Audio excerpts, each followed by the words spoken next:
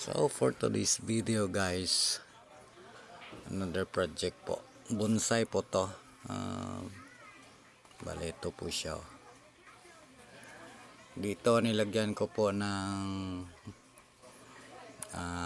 isang anong tawag dito, empty can ng soft drink.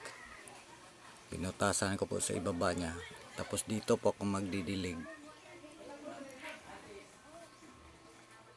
So kalilipat ko lang po niya kanina, so hindi pa po siya perfectly trim, pero yung branching niya is what I can say is medyo okay naman po. So siguro po after few months okay na po to. Naka-wired na din po siya. Yan o. Yan. To pag ganyan po yan dapat. Pero it's either puputulin ko po or patuloy ko yung pagtubo niya ng sanga. Ganyan. So that's all guys.